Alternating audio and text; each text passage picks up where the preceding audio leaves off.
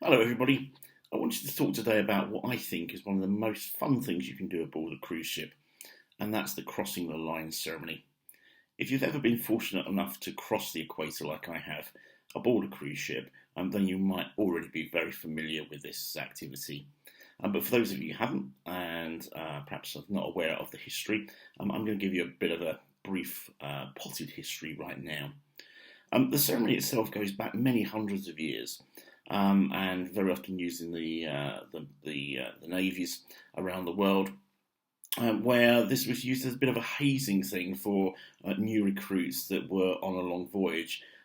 Probably with the hope of bringing people together, because it is an awful lot of fun. Although, from some of the reports that I've read, some pretty horrible things happen to people above on kind of naval vessels and merchant vessels, which obviously, as cruise passengers, we see a much more sanitised version, thankfully.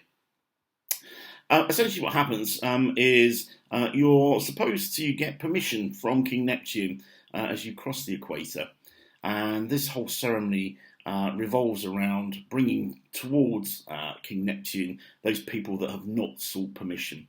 And once you've gone through the ceremony, you become a shellback and can travel the world with impunity. The cast of the ceremony is basically King Neptune and his wife. There's a judge, there's a barber, there's a surgeon. Pirates very often bring forward those willing victims, and a few mermaids around as well, certainly in the ceremonies that I've seen. And as each person is brought towards King Neptune, he gives them some particular punishment involving the surgeon, the barber, etc. And they will lay you down on a table or sit you down on a chair and cover you with all sorts of horrible goo and gunk, and pretend to cut off your head, remove your innards. And you can see that the kitchen very often will provide quite a lot of sort of gunky stuff for people to use and get smeared over them. And that's kind of where the fun is. I think the crew enjoy it just as much as the passengers. And certainly some of the ceremonies that I've seen in the past have involved crew members. So you very often see their friends and stuff coming out to see their crewmate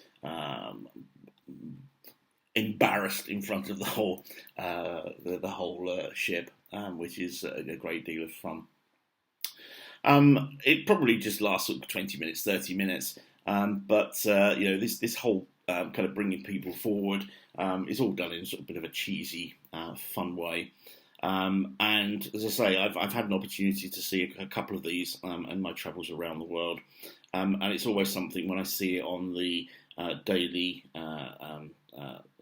timetable that I try to make sure that I always turn up for it.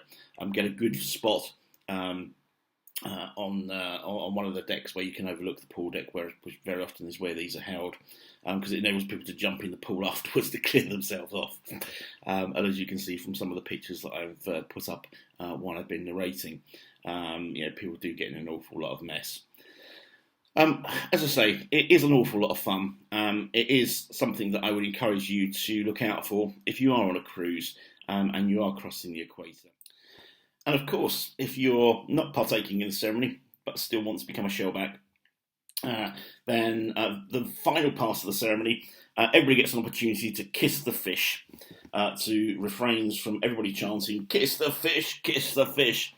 The crew, the pirates, and everybody will walk around with a fish which has obviously just come out of the kitchen, and you're invited to give it a bit of a pecker and join the noble order of shellbacks. So that's, as I say, another bit of oddity and a bit of fun. For those of you that have crossed the equator and already shellbacks, then I welcome fellow shellbacks to this video. For those that are still to cross the equator, then I look forward to welcoming you to the club in the very near future. If you enjoy my content, I'd be really grateful if you hit the subscribe button. Alternatively, if you want to make a comment, that's always really grateful and welcome.